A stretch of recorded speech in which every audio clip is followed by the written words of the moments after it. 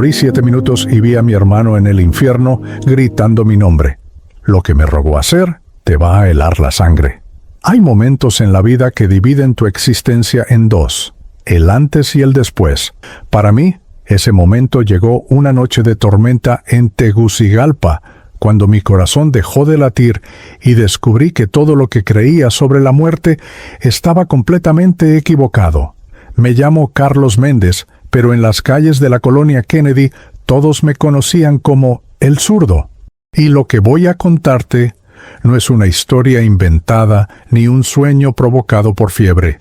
Es el testimonio más real y aterrador que jamás escucharás, porque morí durante 7 minutos y vi cosas que ningún ser humano debería ver.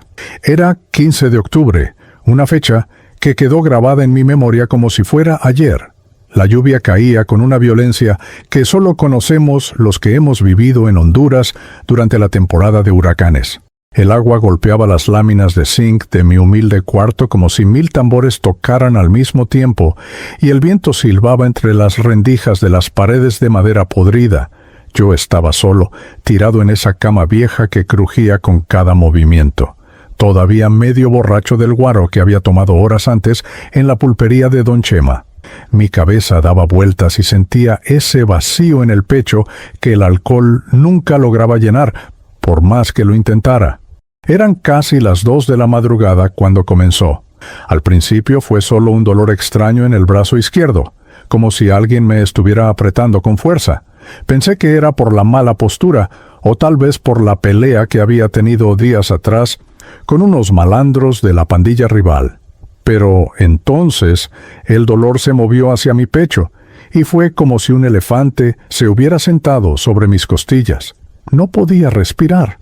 El aire simplemente no entraba, y cuando intentaba inhalar, era como succionar a través de una pajilla tapada. El pánico me invadió inmediatamente. Me incorporé en la cama sudando frío a pesar del calor húmedo de la noche.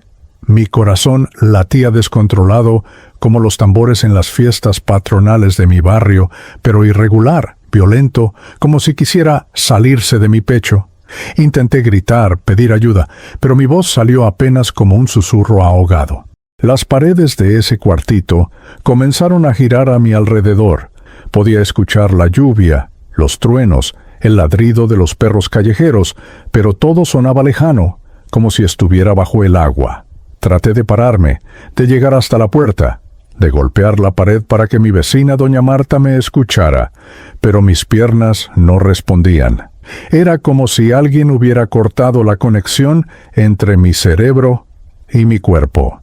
Caí de rodillas primero, sintiendo el frío del piso de cemento agrietado contra mi piel. Y entonces, en ese momento de desesperación absoluta, vi mi vida pasar frente a mis ojos como una película en cámara rápida. Vi a mi madre llorando cuando me fui de la casa a los 14 años. Vi a mi hermano Luis sonriéndome la última vez antes de que lo mataran en ese tiroteo estúpido. Vi todas las botellas de guaro, todas las peleas, toda la violencia, todo el vacío. El dolor en mi pecho se volvió insoportable, como si me clavaran 1000 cuchillos al mismo tiempo. Y luego, simplemente, todo se detuvo. El dolor desapareció. El ruido desapareció. Ya no sentía la lluvia, ni el trueno, ni mi corazón latiendo. Nada. Solo un silencio absoluto y aterrador. Caí completamente al suelo. Mi mejilla golpeó contra el cemento húmedo y frío, pero no sentí dolor. No sentía nada. Y entonces, la oscuridad me tragó por completo. Lo que no sabía en ese momento es que mi corazón había dejado de latir. Estaba clínicamente muerto. Mi cuerpo sin vida yacía en ese cuarto miserable de la colonia Kennedy, mientras afuera la tormenta seguía rugiendo como si el cielo mismo estuviera llorando por mi alma perdida. Fueron los gritos de doña Marta, mi vecina, quien había escuchado el golpe de mi caída, los que alertaron a otros vecinos. Rompieron la puerta de una patada y me encontraron allí, tirado como un trapo, con los labios morados y la piel fría, como hielo. Alguien tuvo la lucidez de llamar a emergencias, aunque en nuestro barrio la ambulancia casi nunca llegaba a tiempo. Pero esa noche, por alguna razón, que ahora entiendo como providencia divina, había una unidad médica cerca atendiendo otro caso. Llegaron en menos de 10 minutos, lo cual en Tegucigalpa es prácticamente un milagro. Los paramédicos entraron corriendo a mi cuarto, con sus uniformes verdes empapados de lluvia, gritando órdenes que yo no podía escuchar porque ya no estaba allí. Uno de ellos, un hombre joven con bigote que después supe, se llamaba Héctor. Puso sus dedos en mi cuello buscando el pulso.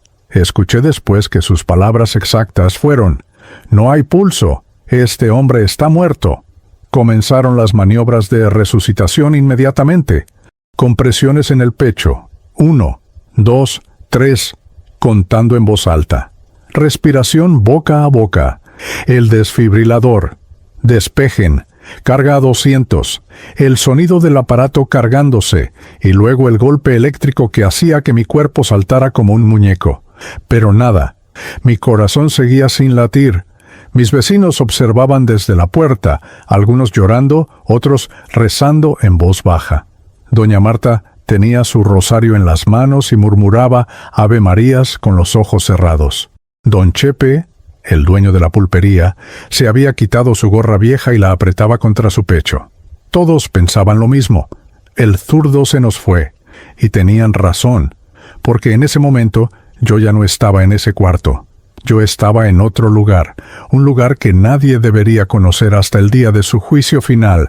Los paramédicos no se daban por vencidos. Otra vez, carga a 300. El desfibrilador volvió a golpear mi pecho. Mi cuerpo convulsionó violentamente. Héctor gritaba: «Vamos, hermano, no te me vayas». Seguían las compresiones, el sudor corría por sus frentes, mezclándose con la lluvia que entraba por la puerta abierta. El reloj seguía corriendo. 1, 2, 3, 4 minutos sin pulso. 5 minutos, 6 minutos. En el mundo de la medicina de emergencia, cada segundo sin oxígeno en el cerebro es crítico. Después de 4 minutos, el daño cerebral comienza a ser irreversible. Yo ya llevaba más del doble de ese tiempo. «Última vez», dijo Héctor con voz quebrada, preparando el desfibrilador una vez más. Su compañera, una mujer delgada con trenzas mojadas, tenía lágrimas en los ojos. «Despejen, ahora». El último golpe eléctrico atravesó mi pecho. Y entonces, después de 7 minutos interminables de muerte clínica, 7 minutos que para mí fueron una eternidad en el infierno, mi corazón dio una sacudida débil, luego otra y otra. «Ya, tenemos pulso», gritó Héctor, casi sin poder creerlo. «Tenemos pulso. Este hombre volvió». Pero yo todavía no había vuelto, no completamente. Mi cuerpo había regresado, pero mi mente, mi alma, todavía estaba atrapada entre dos mundos, todavía procesando el horror de lo que acababa de presenciar. Porque durante esos 7 minutos de muerte, yo no estuve en un vacío oscuro y tranquilo. Yo estuve en el lugar más aterrador que existe. Yo vi el infierno. Y lo peor de todo, yo vi a mi hermano Luis allí, en medio del fuego y el tormento, gritando mi nombre con una desesperación que todavía me hace temblar cuando lo recuerdo. Esto no es un cuento para asustar niños. Esto no es una invención de mi mente. Esto pasó de verdad, tan real como la lluvia que caía esa noche sobre Tegucigalpa. Tan real como el frío del suelo, donde mi cuerpo había yacido sin vida. Y si estás escuchando este testimonio ahora mismo, no es casualidad. Es porque hay un mensaje que necesitas escuchar antes de que sea demasiado tarde para ti, como casi fue para mí. Para entender por qué terminé tirado en ese piso frío, con el corazón detenido. Tengo que llevarte atrás en el tiempo, a las calles polvorientas de Tegucigalpa, donde me convertí en el hombre que era. Porque nadie nace siendo el zurdo. Nadie nace con odio en el corazón y una botella de guaro en la mano. La vida me moldeó así, o al menos eso era lo que yo me repetía cada noche para justificar todo lo que había hecho, toda la violencia, todo el dolor que causé a los que me amaban. Nací en la colonia Kennedy, un barrio donde las casas se aprietan unas contra otras como dientes chuecos, donde las calles de tierra se vuelven ríos de lodo cuando llueve, y donde el sonido de los disparos es tan común como el canto de los gallos al amanecer. Mi madre, doña Rosa Méndez, era una mujer pequeña pero con un corazón del tamaño de Honduras. Trabajaba lavando ropa ajena, planchando en casas de familias ricas en las colonias del sur, esas donde tienen portones eléctricos y guardias de seguridad. Se levantaba a las 4 de la mañana y regresaba cuando ya era de noche, con las manos agrietadas y la espalda adolorida, pero siempre con una sonrisa para mí y para Luis, mi hermano mayor. Mi padre se fue cuando yo tenía 5 años. No murió ni nada dramático así, simplemente un día dijo que iba a comprar tortillas a la esquina y nunca volvió. Dicen que se fue para Estados Unidos buscando el sueño americano, pero nosotros nunca recibimos ni $1 de su parte, ni una llamada, nada. Para mí fue como si se hubiera evaporado en el aire. Luis tenía 8 años cuando eso pasó, y recuerdo verlo llorar esa noche mientras mi madre nos abrazaba a los dos en la cama pequeña que compartíamos, prometiéndonos que todo iba a estar bien, que ella iba a cuidarnos, que no nos faltaría nada. Y cumplió su promesa lo mejor que pudo. Nunca nos faltó un plato de frijoles con queso y tortillas, aunque fuera lo único que comeríamos ese día. Nunca dormimos en la calle, aunque el techo de lámina tenía huecos y cuando llovía teníamos que poner ollas para recoger el agua que se colaba. Pero hay cosas que el amor de una madre no puede proteger, especialmente en un barrio como el nuestro, donde la violencia te busca aunque no la estés buscando. Luis fue el primero en caer en las garras de las maras. Tenía 14 años cuando empezó a juntarse con los muchachos de la MS-3 que controlaban nuestro sector. Al principio era solo por protección, porque en la Kennedy, si no estabas con una pandilla, eras presa fácil. Los otros cipotes te quitaban tus tenis, tu dinero para el bus. Te golpeaban por diversión, pero con la pandilla nadie te tocaba. Luis comenzó haciendo mandados pequeños, siendo campanero para avisar cuando venía la policía, cosas así. Luego vinieron los tatuajes, primero uno pequeño en el brazo, después más y más, hasta que su piel parecía un lienzo de tinta negra con números y letras que contaban la historia de una vida perdida. Yo lo admiraba, aunque suene terrible decirlo ahora. Para mí, Luis era el hermano mayor que me protegía, el que llegaba a casa con dinero para darle a mi madre, el que me llevaba a comer baleadas al mercado Xacaleapa los domingos, esas baleadas enormes con frijoles, huevo, aguacate y queso que me sabían a gloria. Me compraba refrescos de uva bien helados y me dejaba usar sus tenis Nike, que había conseguido quién sabe dónde. Para un niño de 10 años que no tenía nada, Luis era como un rey, pero mi madre lloraba. La escuchaba por las noches rezando el rosario, susurrando a la Virgen de Suyapa que protegiera a Luis, que lo alejara de ese camino. Encendía velas en la pequeña imagen del Sagrado Corazón de Jesús que teníamos en la sala, y sus labios se movían en oraciones silenciosas mientras las lágrimas corrían por sus mejillas. Yo no entendía por qué lloraba, si Luis nos estaba ayudando, si gracias a él teníamos para comer mejor. No entendía que ella veía el futuro que yo no podía ver, el final que siempre llega para los que viven en las calles. Cuando cumplí 12 años, ya estaba siguiendo los pasos de Luis. Dejé la escuela después del 6º grado, no porque fuera malo estudiante, sino porque me aburría, porque en las calles había emoción, dinero fácil, respeto, o lo que yo creía que era respeto. Me empezaron a llamar el zurdo, porque soy zurdo de nacimiento, y cuando peleaba, mi gancho de izquierda era legendario en el barrio. Tumbé a más de uno con ese golpe en las peleas que hacíamos en el potrero detrás de la iglesia, donde jugábamos fútbol con una pelota desinflada en un campo lleno de piedras y vidrios rotos. Luis me enseñó a pelear de verdad, no solo con los puños, sino con navajas, con palos, con lo que tuvieras a mano. En la calle no hay reglas, Carlitos, me decía, o golpeas primero o te golpean a ti, o matas o te matan. Y tenía razón, al menos en el mundo retorcido en el que vivíamos. Vi muchachos de mi edad terminar apuñalados en callejones por no pagar una deuda de 5 lempiras. Vi cuerpos tirados en las cunetas al amanecer, con las familias llorando sobre ellos mientras la policía tomaba fotos como si fueran turistas. A los 14 años ya estaba completamente adentro. Tenía mi primer tatuaje, un 13, pequeño en el tobillo que escondía cuando llegaba a casa para que mi madre no lo viera. Hacía cobros para la pandilla, repartía encargos, vigilaba territorios. El dinero llegaba fácil. Billetes de 100, de 500 lempiras que yo nunca había visto juntos. Me compré ropa nueva, tenis de marca, cadenas de oro falso que brillaban al sol y me hacían sentir importante. Las muchachas del barrio me miraban diferente, con una mezcla de miedo y atracción que alimentaba mi ego. Pero había un precio que pagar por todo eso, y el precio se cobra en sangre. Cuando tenía 16 años, Luis murió en un tiroteo con la pandilla rival del barrio 18. Fue una noche de viernes, cerca de la pulpería de Don Chema. Alguien había faltado al respeto en territorio ajeno. Hubo palabras, luego gritos, luego armas. Luis recibió 3 balazos en el pecho.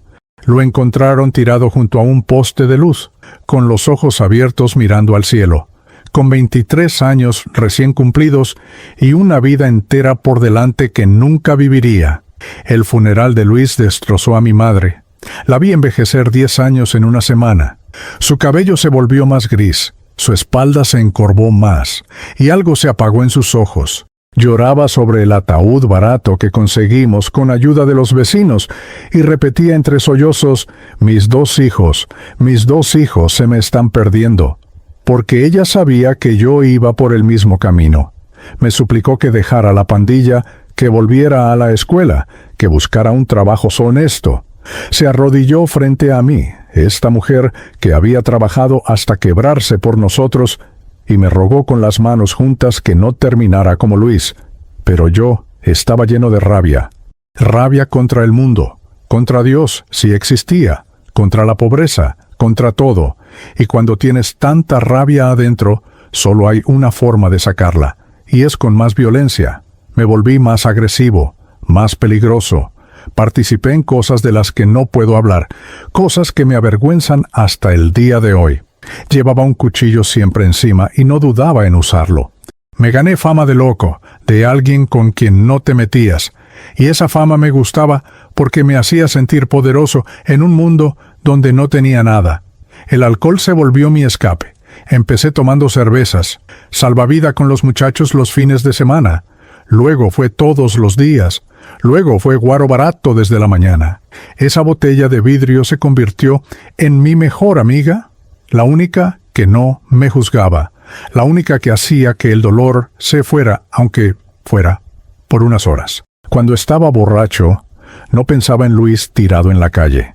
No pensaba en mi madre llorando, no pensaba en que mi vida no iba a ningún lado. Solo existía ese momento de embriaguez donde todo daba igual. Mi madre dejó de dormir.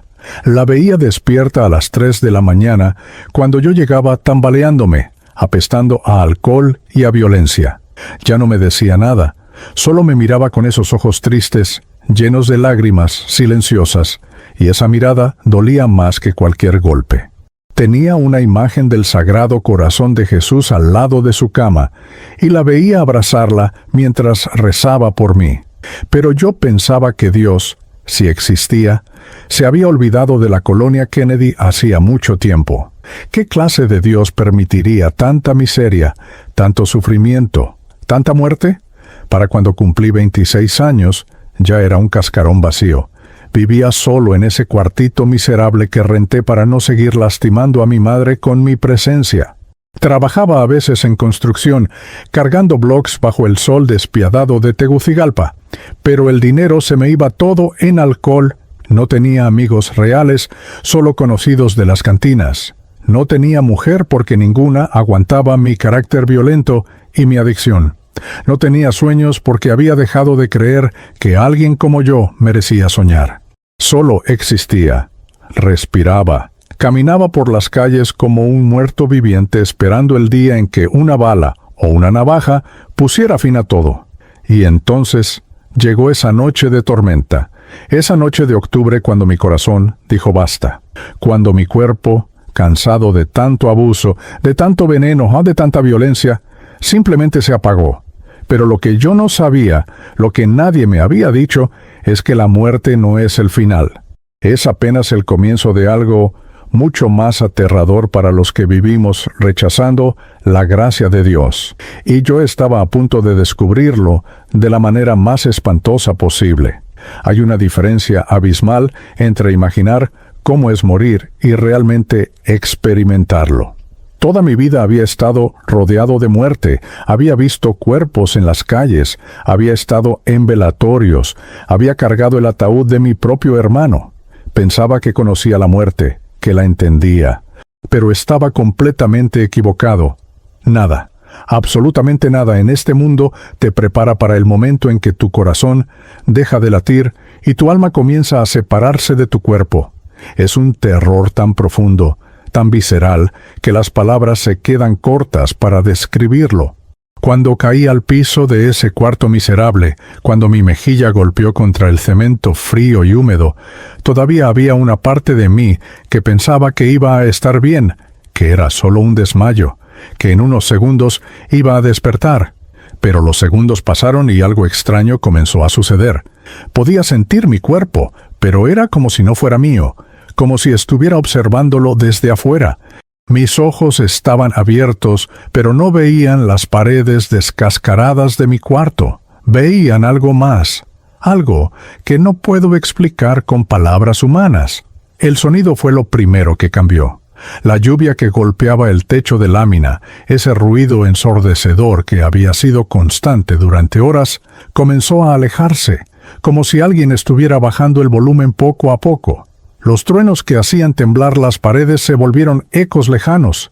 Y luego empecé a escuchar otra cosa, un zumbido profundo que venía de todas partes y de ninguna parte al mismo tiempo, un sonido que te llenaba completamente, que vibraba en cada célula de tu ser. Era aterrador y fascinante a la vez. Mi cuerpo ya no respondía a ningún comando. Intentaba mover los dedos, parpadear, gritar, pero era como si mi cerebro estuviera enviando señales a un teléfono desconectado. Nada funcionaba. El pánico que sentí en ese momento es indescriptible. Es el pánico de saber que estás completamente atrapado, que no hay escape, que algo irreversible está sucediendo y no puedes hacer nada para detenerlo. Era como estar enterrado vivo, pero peor, porque ni siquiera podía gritar.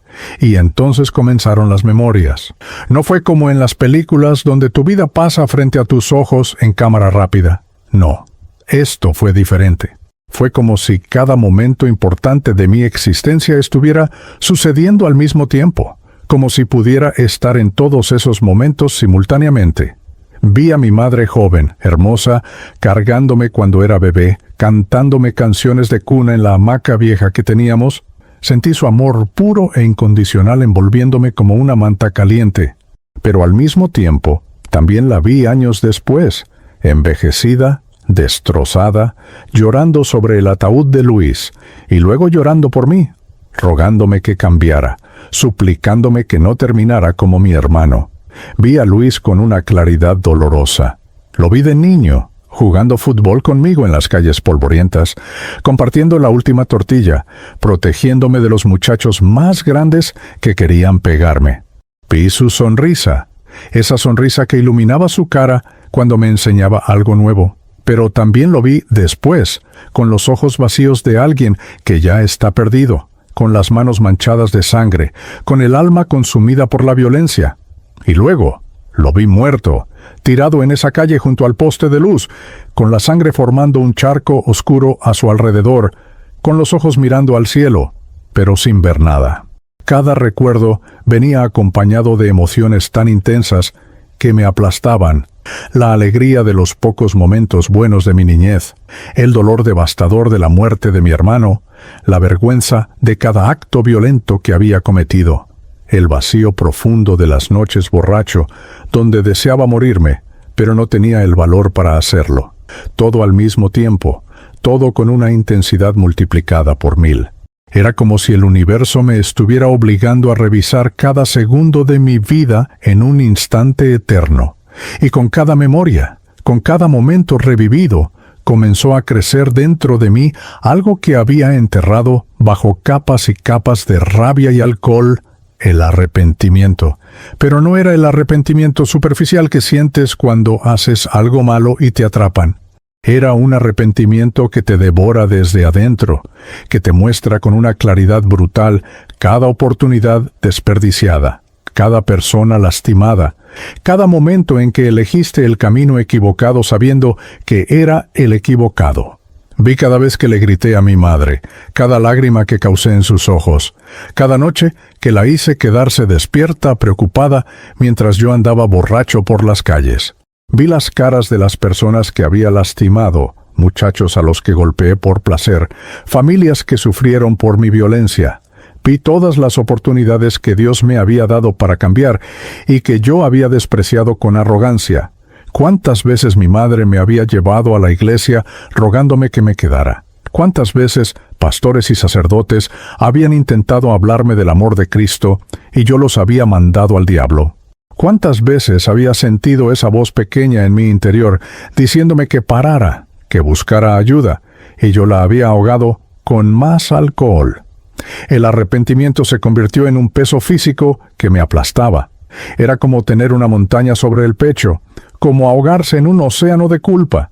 Y lo peor es que sabía, de alguna manera lo sabía, que era demasiado tarde, que había cruzado una línea que no tenía regreso, que había rechazado la gracia tantas veces que ya no había más oportunidades. Ese pensamiento me llenó de un terror más profundo que cualquier cosa que hubiera experimentado en las calles. Mientras esto sucedía en mi mente o en mi alma, o en donde sea que uno existe cuando el corazón deja de latir, en el mundo físico, mi cuerpo se estaba muriendo. Después me contaron los detalles. Mi piel se había puesto azul, mis labios morados, mi temperatura corporal descendía rápidamente. Los paramédicos trabajaban frenéticamente sobre mí, bombeando mi pecho, forzando aire en mis pulmones, enviando descargas eléctricas a través de mi corazón silencioso. 1, 2, 3, 4 minutos sin pulso.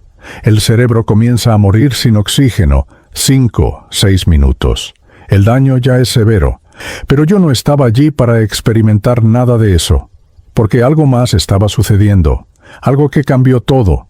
Sentí que me elevaba, o tal vez no era elevación en el sentido físico, sino una separación. Era como si hubiera dos Carlos, uno en el piso frío y otro flotando observando. Podía ver mi propio cuerpo allá abajo, patético y pequeño, con la boca abierta y los ojos vidriosos. Podía ver a los paramédicos trabajando sobre mí, a doña Marta llorando en la puerta con su rosario, a los vecinos amontonados tratando de ver qué pasaba. Pero todo se veía extraño, como a través de un vidrio empañado, como si no perteneciera completamente a ese mundo ya. No había un túnel de luz como cuentan en las historias bonitas. No había familiares muertos esperándome con los brazos abiertos. No había paz ni calma. En cambio, había una oscuridad que comenzaba a crecer desde los bordes de mi visión, una oscuridad que no era simplemente la ausencia de luz, sino algo vivo, algo hambriento, algo que me llamaba con una fuerza irresistible. Era como un vacío que succiona, como un agujero negro en el espacio, y yo estaba siendo jalado hacia él sin poder resistirme. El terror que sentí cuando entendí hacia dónde me dirigía fue absoluto, porque de alguna manera, en lo profundo de mi ser, lo supe. Supe exactamente a dónde iba. Toda mi vida había escuchado sobre el infierno, en las predicaciones que ignoraba, en las advertencias de mi madre que despreciaba, en los sermones de los pastores de los que me burlaba. Siempre lo había considerado un cuento para asustar a la gente, una mentira para controlar a las masas. Pero en ese momento, mientras la oscuridad me tragaba, supe con certeza absoluta que el infierno era real. Tan real como la lluvia que caía sobre Tegucigalpa, tan real como el piso donde yacía mi cuerpo sin vida. Intenté resistirme, Intenté nadar contra esa corriente de oscuridad, pero no tenía fuerza. Era como un bebé tratando de pelear contra un huracán. La oscuridad me rodeaba completamente ahora. Una negrura tan profunda que no había conocido nada igual. Y dentro de esa oscuridad comenzaba a escuchar cosas, sonidos que helaban la sangre, gritos lejanos, llantos de desesperación. Un llanto que no era de tristeza temporal, sino de angustia eterna, de almas que habían perdido toda esperanza. El frío llegó después, pero no era un frío normal. Era un frío que penetraba hasta el alma, que te congelaba desde adentro hacia afuera, que te hacía sentir completamente abandonado, completamente solo. Era el frío de la separación absoluta de todo lo bueno, de todo lo amoroso, de todo lo que hace que la vida valga la pena. Era el frío de estar completamente cortado de Dios, y nunca había sentido un vacío tan horrible. Y entonces, cuando pensé que no podía haber nada peor que esa oscuridad y ese frío, la temperatura cambió bruscamente. El frío fue reemplazado por un calor sofocante, un calor que quemaba sin consumir, que torturaba sin dar el alivio de la muerte porque ya estaba muerto. Era como estar dentro de un horno gigante, pero multiplicado 1000 veces. El aire mismo parecía hervir, y aunque técnicamente no tenía pulmones en ese estado, sentía que me asfixiaba con cada respiración inexistente. La oscuridad comenzó a aclararse un poco, lo suficiente para ver formas, sombras, movimiento. Y lo que vi me llenó de un horror que ninguna pesadilla podría igualar. Estaba descendiendo, cayendo hacia un abismo que parecía no tener fondo, rodeado de otras almas, otras sombras que gritaban y se retorcían en agonía. El llanto que había escuchado desde lejos ahora era ensordecedor. Miles, millones de voces lamentándose al mismo tiempo, un coro de desesperación que te perforaba el alma. Y fue en medio de ese descenso aterrador, en medio de ese calor infernal y esos gritos desgarradores, cuando escuché una voz que reconocí inmediatamente. Una voz que no había escuchado en años, pero que jamás podría olvidar. Una voz que gritaba mi nombre con una desesperación que me paralizó completamente. Era la voz de mi hermano Luis, y venía desde algún lugar en las profundidades de ese abismo. Y lo que me gritaba, lo que me rogaba, era algo que me helaría la sangre para siempre. Cuando escuché la voz de Luis gritando mi nombre desde las profundidades de ese abismo, todo mi ser se congeló. Era su voz, inconfundible, pero transformada por un sufrimiento tan profundo que apenas parecía humana. «Carlos, Carlitos, no vengas acá. Por favor, no vengas acá». Sus gritos atravesaban el coro de lamentos que llenaba ese lugar maldito, y cada palabra era como un cuchillo clavándose en mi alma. Mi hermano mayor, el que me había protegido en las calles, el que me había enseñado a pelear, el que había sido mi héroe de niño, estaba allí, en medio del tormento eterno, rogándome que no terminara como él. Seguí cayendo hacia la oscuridad, pero ahora podía verlo. Entre las sombras retorcidas y las llamas que no consumían pero quemaban sin cesar, estaba Luis. Pero no era el Luis que yo recordaba. Su forma era reconocible, sus rasgos eran los suyos, pero estaba desfigurado por el sufrimiento. Sus ojos, esos ojos que alguna vez brillaron con vida y con la arrogancia de un pandillero joven, ahora estaban llenos de un terror absoluto y un arrepentimiento que no tenía fin. Sus manos se extendían hacia mí, no para abrazarme como cuando éramos niños, sino en un gesto desesperado de advertencia, tratando de empujarme lejos aunque no pudiera alcanzarme.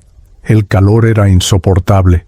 Imagina el día más caluroso que hayas vivido en Tegucigalpa, cuando el sol del mediodía hace que el asfalto se derrita y el aire parece sólido de tan pesado. Ahora multiplica ese calor por 1000, por 1.000.000. Era un fuego que quemaba sin destruir, que torturaba cada centímetro de tu ser sin darte el alivio de desaparecer. El aire mismo parecía estar en llamas, y con cada respiración sentía como si estuviera inhalando brasas ardientes que me quemaban desde adentro. Pero lo peor no era el fuego físico, era el fuego del remordimiento, La quemadura de saber que esto era para siempre, que no había escape, que no había segunda oportunidad. «Luis, hermano», grité, o intenté gritar, porque no estaba seguro si mi voz salía o si solo resonaba en mi mente. «¿Qué está pasando? ¿Dónde estamos?» Pero yo ya sabía la respuesta. Lo sabía con cada fibra de mi ser. Estábamos en el infierno.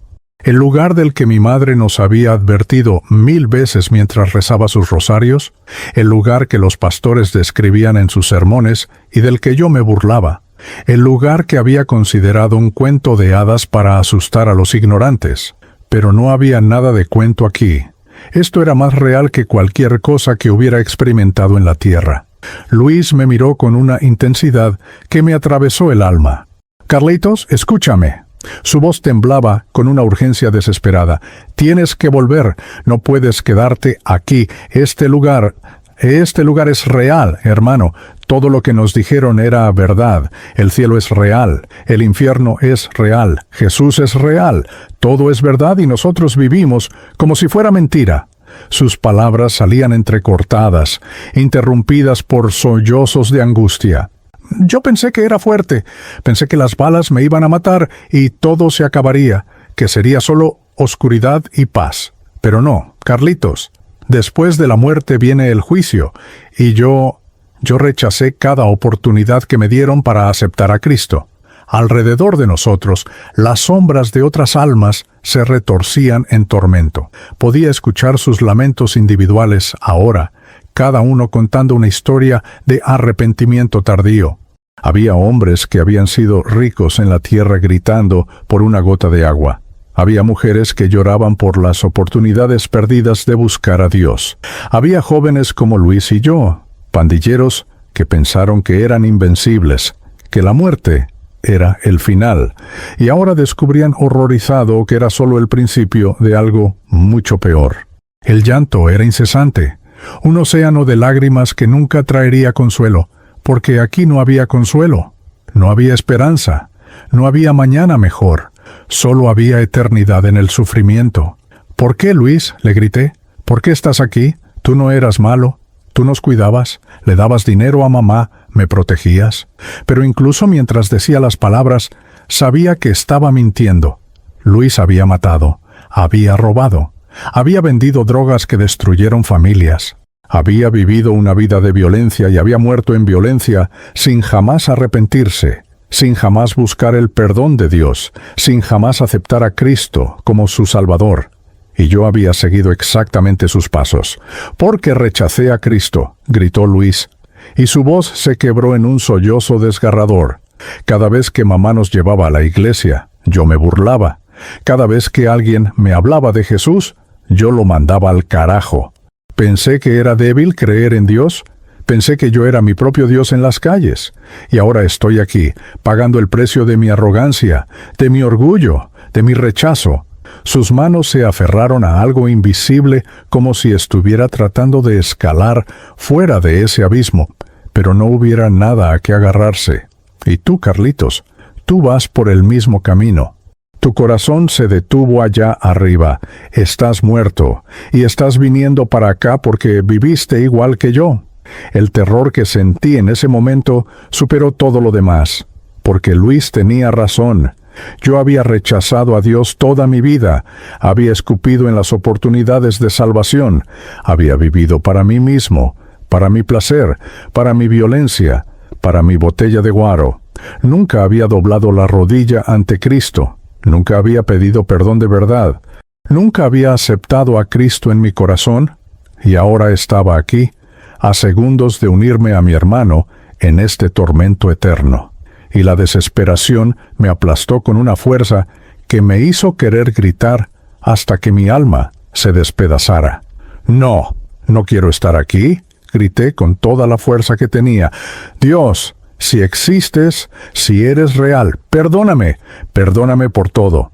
Perdona mi vida desperdiciada, mi violencia, mi orgullo». Las lágrimas corrían por mi rostro, lágrimas que se evaporaban instantáneamente en el calor infernal. «Luis, ¿qué hago? Dime qué hago». Pero incluso mientras gritaba, sabía que era inútil. Era demasiado tarde. Había cruzado al otro lado. Mi cuerpo estaba muerto en ese cuarto de la colonia Kennedy, y mi alma estaba siendo reclamada por el abismo. Luis me miró con una tristeza infinita. Worm, si tienes aunque sea un segundo más, aunque sea un respiro más en ese cuerpo allá arriba, acepta a Cristo, Carlitos. No importa lo que hayas hecho, no importa cuánto hayas pecado. Su gracia es suficiente si la aceptas antes de que sea tarde. Yo no tuve tiempo. Las balas me mataron instantáneamente y morí en mi pecado. Pero tú, si hay alguna posibilidad de que vuelvas, acepta a Cristo. Dile que lo aceptas como tu Salvador. Arrepiéntete de verdad y vive para Él. Su voz se elevó en un grito de súplica desesperada. Y dile a mamá que yo la amo. Dile que ella tenía razón. Dile que sus oraciones no fueron en vano, aunque yo me perdí. Dile que ore por ti, que no deje de orar por ti nunca. El abismo seguía jalándome hacia abajo, más y más profundo. El calor se intensificaba, los gritos se volvían más fuertes, y podía sentir que estaba llegando a mi destino final. Iba a pasar la eternidad aquí. Eternidad, una palabra que no tiene significado real hasta que la enfrentas. No 1000 años, no 1.000.000 de años, sino para siempre, sin fin, sin esperanza, sin alivio. Iba a estar aquí con mi hermano, los dos pagando el precio de vidas vividas en rebelión contra Dios, y no había nada que pudiera hacer al respecto. Pero entonces, en el momento más oscuro, cuando estaba a punto de rendirme completamente a mi destino, algo cambió. Fue tan sutil al principio que casi no lo noté. Una luz, pequeña, distante, comenzó a brillar en la oscuridad absoluta que me rodeaba. No era como la luz de una vela o de un foco. Era una luz diferente, una luz que emanaba vida, amor, pureza. Era una luz que no debería existir en este lugar de tinieblas. Y sin embargo, allí estaba, creciendo, acercándose, combatiendo la oscuridad con una autoridad que hizo que todo el infierno temblara. Las sombras que me rodeaban comenzaron a retroceder gritando con terror ante esa luz. E incluso Luis, en medio de su tormento, levantó la vista y por un momento algo parecido a la esperanza cruzó su rostro, aunque sabía que para él era demasiado tarde. La luz se hizo más brillante, tan brillante que debería haberme cegado, pero en lugar de dolor, sentí algo que no había sentido en años, tal vez nunca en mi vida: paz. Una paz que sobrepasa todo entendimiento, una paz que no tiene sentido en medio del infierno, y sin embargo, allí estaba. Y entonces lo vi, a Él, a Jesús. No puedo describirlo adecuadamente porque las palabras humanas son insuficientes. Puedo decir que era una figura de luz, que sus ojos tenían una profundidad que contenía toda la eternidad, que su presencia irradiaba un amor tan puro y tan intenso que me hizo llorar de una manera completamente diferente a las lágrimas de terror que había estado derramando. Era un amor que conocía cada pecado que había cometido, cada persona que había lastimado, cada momento que lo había rechazado, y aún así me amaba. Era imposible de comprender, y sin embargo lo sentía con cada fibra de mi ser. Carlos, su voz resonó no en mis oídos, sino directamente en mi alma, y era la voz más hermosa y terrible que jamás escucharé. No es tu tiempo todavía. Te estoy dando una segunda oportunidad que no mereces, no por tus obras, sino por mi gracia. Pero tienes que elegir. ¿Me aceptas? ¿Me aceptas como tu Salvador? ¿Como tu Señor? ¿Renuncias a tu vida de pecado y te entregas a mí? No lo pensé. No había nada que pensar. Después de ver el infierno, después de ver a mi hermano en tormento eterno, después de estar al borde de pasar la eternidad separado de Dios, mi respuesta salió desde lo más profundo de mi alma. Sí, sí, Señor. Acepto a Cristo. Te acepto como mi Salvador. Perdóname, Jesús. Perdona mi vida de violencia y pecado. Te entrego todo lo que soy. Sálvame, por favor. Acepté a Cristo.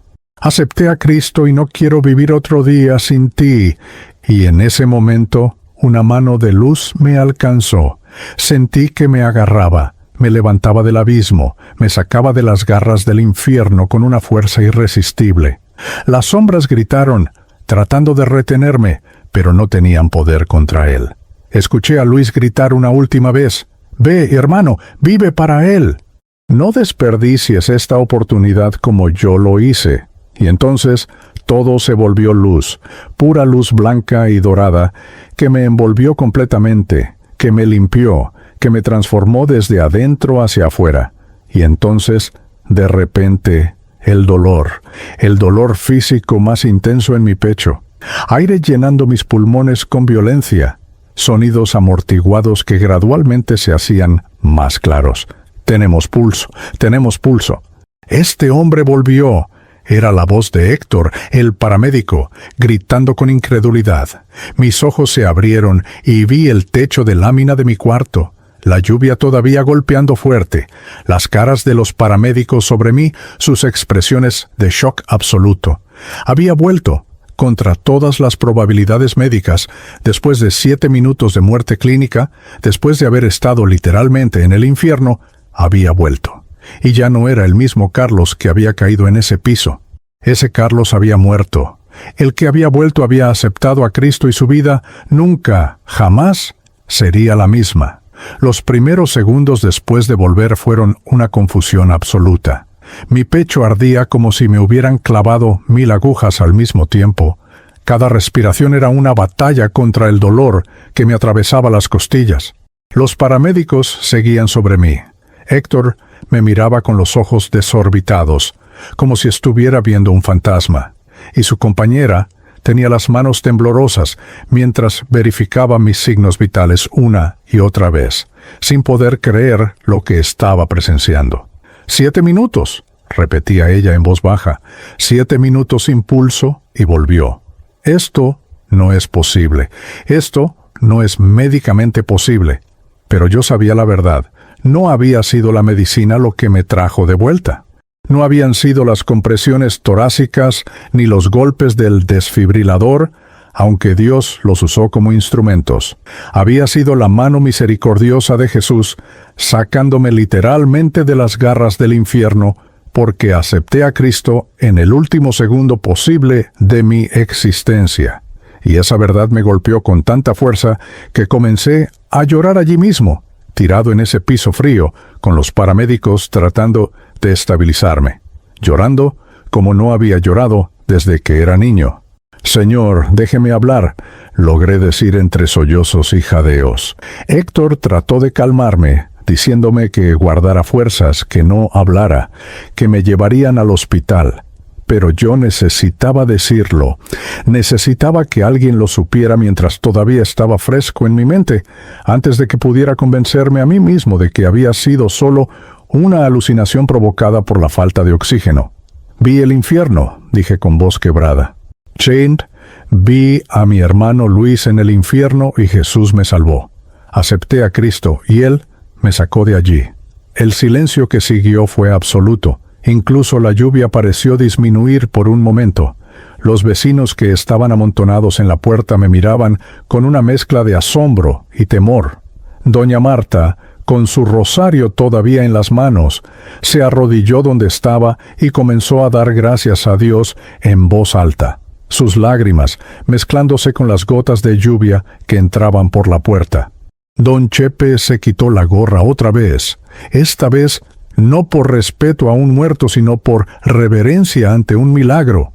Y Héctor, este paramédico que había visto cientos de casos de emergencia en las calles violentas de Tegucigalpa, me miraba con algo que no puedo describir, sino como reconocimiento de que había sido testigo de algo sobrenatural. Me llevaron al hospital escuela en una ambulancia que atravesó las calles inundadas de Tegucigalpa como si estuviera volando. Durante todo el trayecto, yo no dejaba de repetir, acepté a Cristo, Él me salvó, Él me dio una segunda oportunidad. Los paramédicos intercambiaban miradas, pero no me decían que me callara. Creo que ellos también sabían que habían presenciado algo que desafiaba toda explicación médica. Un hombre de 27 años, en pésima condición física por años de alcoholismo, muerto durante 7 minutos, debería haber quedado con daño cerebral severo, si es que sobrevivía. Pero aquí estaba yo, no solo vivo, sino completamente lúcido, sin ningún daño neurológico. Los doctores del hospital lo llamarían un milagro médico. Yo sabía que era simplemente un milagro de Dios. Pasé 3 días en el hospital. Fueron 3 días que cambiarían mi vida para siempre. Los médicos me hicieron todo tipo de exámenes, escaneos cerebrales, pruebas de función cognitiva, intentando entender cómo era posible que no tuviera secuelas. El cardiólogo que me atendió, un hombre mayor con lentes gruesos y años de experiencia, me dijo algo que nunca olvidaré. Señor Méndez, médicamente hablando, usted debería estar muerto o en estado vegetativo. Lo que le pasó no tiene explicación científica. Llámelo como quiera, pero yo he visto muchas cosas en mi carrera y esto es un milagro. Y cada vez que alguien me preguntaba qué había pasado, yo contaba mi testimonio. A las enfermeras que venían a checar mis signos vitales, a los doctores durante sus rondas, a los otros pacientes que compartían la sala conmigo, a cualquiera que quisiera escuchar. Les contaba sobre las calles de Tegucigalpa, sobre mi vida de violencia y alcohol, sobre la muerte de Luis, sobre esos 7 minutos en el infierno donde vi a mi hermano en tormento eterno, sobre la luz de Cristo que me rescató cuando acepté a Cristo en el último momento posible. Algunos me miraban como si estuviera loco, otros escuchaban en silencio con lágrimas en los ojos. Pero yo no me callaba, no podía callarme. Esta verdad ardía dentro de mí como fuego, y tenía que compartirla. El 4.º día, cuando me dieron de alta, lo primero que hice fue ir a la casa de mi madre. No había hablado con ella en meses, desde que me había mudado a ese cuartito para no seguir lastimándola con mi presencia de borracho violento. Caminé por las calles de la colonia Kennedy, pero todo se veía diferente. Las mismas casas de bloc con techos de lámina, las mismas calles de tierra convertidas en lodo, los mismos perros callejeros, pero yo los veía con ojos nuevos. Ya no sentía la rabia que siempre había cargado como una mochila pesada. Ya no sentía ese vacío en el pecho que me había perseguido toda mi vida. Sentía paz, una paz que no venía de las circunstancias porque mis circunstancias seguían siendo las mismas de pobreza y dificultad, sino una paz que venía de saber que Cristo vivía en mí ahora. Cuando llegué a la pequeña casa de mi madre, ella estaba en el patio lavando ropa en una pila de cemento, como siempre. Cuando me vio, dejó caer la camisa que estaba tallando y se quedó paralizada, sus manos cubiertas de espuma de jabón temblando. «¿Carlitos?», dijo con voz incrédula. Y entonces corrió hacia mí y me abrazó con una fuerza que no sabía que todavía tenía en su cuerpo pequeño y cansado. Lloramos juntos allí en ese patio, bajo el sol de mediodía, mientras los vecinos nos miraban desde sus ventanas. «Mamá», le dije cuando finalmente pude hablar, «acepté a Cristo, morí, y Él me dio una segunda oportunidad. Vi a Luis en el infierno. Mamá, todo lo que usted nos decía era verdad. Luis me dijo que le dijera que la ama, que usted tenía razón, que sus oraciones no fueron en vano, aunque Él se perdió. Y me rogó que le dijera que ore por mí, que no deje de orar nunca». Mi madre se desplomó en mis brazos, sollozando con un dolor mezclado con alivio. Dolor por Luis que se había perdido, alivio por su otro hijo que había sido salvado. Esa misma tarde, mi madre me llevó a su iglesia, una congregación pequeña que se reunía en un local alquilado, con paredes de bloc, sin pintar y sillas plásticas desparejas. El pastor, un hombre humilde llamado Rigoberto que había conocido a mi familia durante años, me recibió con los brazos abiertos, aunque sabía todo sobre mi pasado violento. Y allí, frente a una congregación de unas 50 personas que me miraban con curiosidad mezclada con esperanza, conté mi testimonio completo por primera vez. Les conté todo. No omití nada. Les hablé de mi vida en las pandillas, de la violencia, del alcohol, de cómo había desperdiciado cada oportunidad que Dios me había dado. Les conté sobre esa noche de tormenta cuando mi corazón se detuvo, sobre los 7 minutos de muerte clínica, sobre el descenso al abismo, sobre ver a mi hermano Luis gritando en arrepentimiento tardío. Les conté sobre el calor insoportable, sobre los lamentos de las almas perdidas, sobre el terror absoluto de estar frente a la eternidad sin Dios. Y luego les conté sobre la luz, sobre Jesús extendiéndome su mano de misericordia cuando acepté a Cristo en el último segundo posible, sobre cómo me sacó de las garras del infierno y me dio vida de nuevo. Cuando terminé de hablar, no había un ojo seco en ese lugar. Personas que habían cargado sus propios pecados y culpas comenzaron a pasar al frente, arrodillándose, llorando, aceptando a Cristo como su Salvador. Jóvenes pandilleros que habían venido solo porque sus madres los obligaron, se quebraron al escuchar que el infierno es real y que sus caminos de violencia los llevaban directo allá. Mujeres que habían perdido hijos en las calles encontraron consuelo en saber que todavía había esperanza para los que quedaban vivos. Y yo entendí en ese momento cuál era mi propósito ahora, por qué Dios me había dado esta segunda oportunidad. Los meses que siguieron fueron de transformación radical. Dejé el alcohol completamente. Ni una sola gota ha tocado mis labios desde esa noche de tormenta. Fue difícil al principio. Las primeras semanas sentía que mi cuerpo me pedía a gritos esa botella de guaro, pero cada vez que la tentación llegaba, cerraba los ojos y recordaba el infierno, recordaba a Luis, y la tentación huía. Me alejé completamente de mis antiguos conocidos de las calles, de los lugares donde solía andar, de todo lo que me conectaba con mi vida pasada. Algunos de ellos se burlaron, me llamaron traidor, me dijeron que me había vuelto un fanático religioso, pero sus palabras no me afectaban porque yo sabía lo que había visto, sabía hacia dónde iban ellos si no cambiaban. Conseguí trabajo honesto en una fábrica de blogs, trabajo duro bajo el sol, pero trabajo digno. El dinero que ganaba ya no se iba en alcohol ni en violencia, sino que ayudaba a mi madre con los gastos de la casa y ahorraba para poder eventualmente estudiar algo. Tal vez para ser pastor, para poder compartir este testimonio de manera más efectiva. Empecé a asistir a la iglesia no solo los domingos, sino entre semana también. A los estudios bíblicos donde aprendía las escrituras que había ignorado toda mi vida. Cada versículo que leía sobre el infierno, sobre el juicio, sobre la necesidad de aceptar a Cristo para salvación, resonaba en mi alma porque yo lo había vivido en carne propia. El pastor Rigoberto me dio oportunidades de compartir mi testimonio en otras iglesias de Tegucigalpa. Fui a congregaciones en la Villa Nueva, en la Col Miraflores, en barrios ricos y pobres por igual, y en cada lugar el impacto era el mismo. Cuando las personas escuchaban que alguien había estado literalmente muerto durante 7 minutos, que había visto el infierno con sus propios ojos, que había hablado con su hermano condenado, se daban cuenta de que esto no era un juego, que la salvación no es algo que se puede posponer para mañana, porque mañana podría ser demasiado tarde.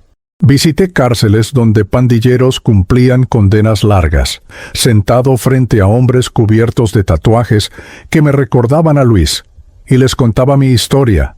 Hermanos, les decía, yo era como ustedes, pensaba que era fuerte, que la muerte era el final, que podía vivir como quisiera sin consecuencias, pero el infierno es real, tan real como estas rejas que los tienen presos, y es eterno. Luis está allá ahora y no hay nada que yo pueda hacer por él. Pero ustedes todavía están vivos. Todavía tienen tiempo.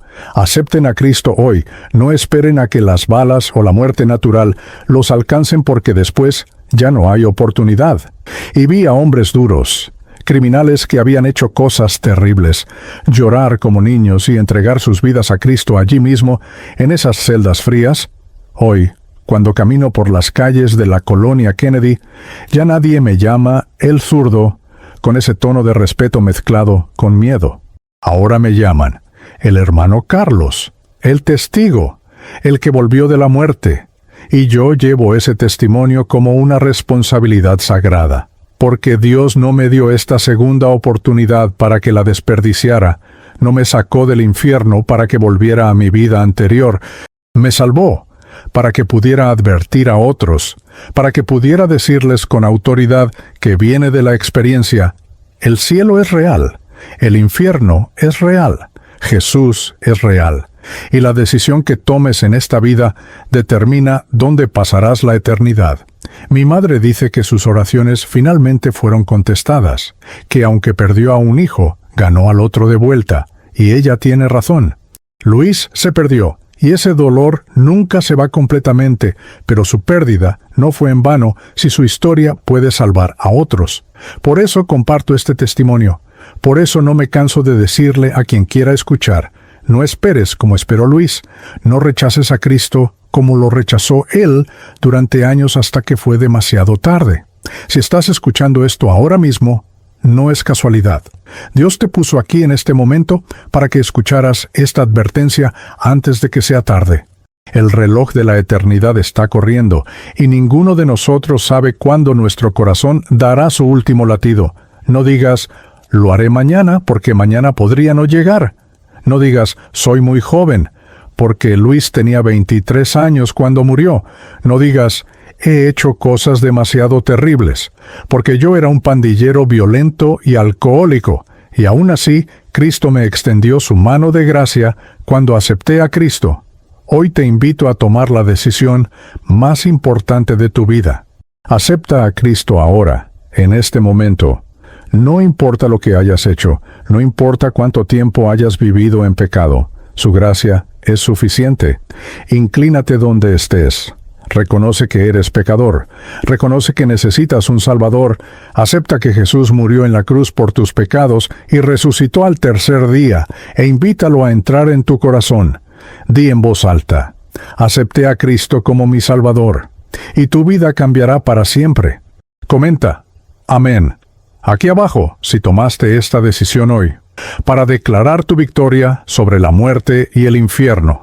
Comparte este testimonio con tu familia, con tus amigos, con esa persona que conoces, que está viviendo en las calles como yo viví, porque tal vez este video sea su última oportunidad antes de que sea demasiado tarde como fue para Luis. El cielo es real, el infierno es real, y tú decides dónde pasarás la eternidad. No esperes a que tu corazón se detenga para buscar a Dios. Acepté a Cristo y Él transformó mi vida completamente. Ahora es tu turno. Acepta a Cristo hoy mismo antes de que el reloj de la eternidad se detenga para ti. I try to hide the cracks in me, covered wounds no one could see. Smiled through nights I barely stood, called myself fine when I wasn't good. I thought I had to be made whole before I dared to come back home. But you met me where I was, not asking me to fix the dust.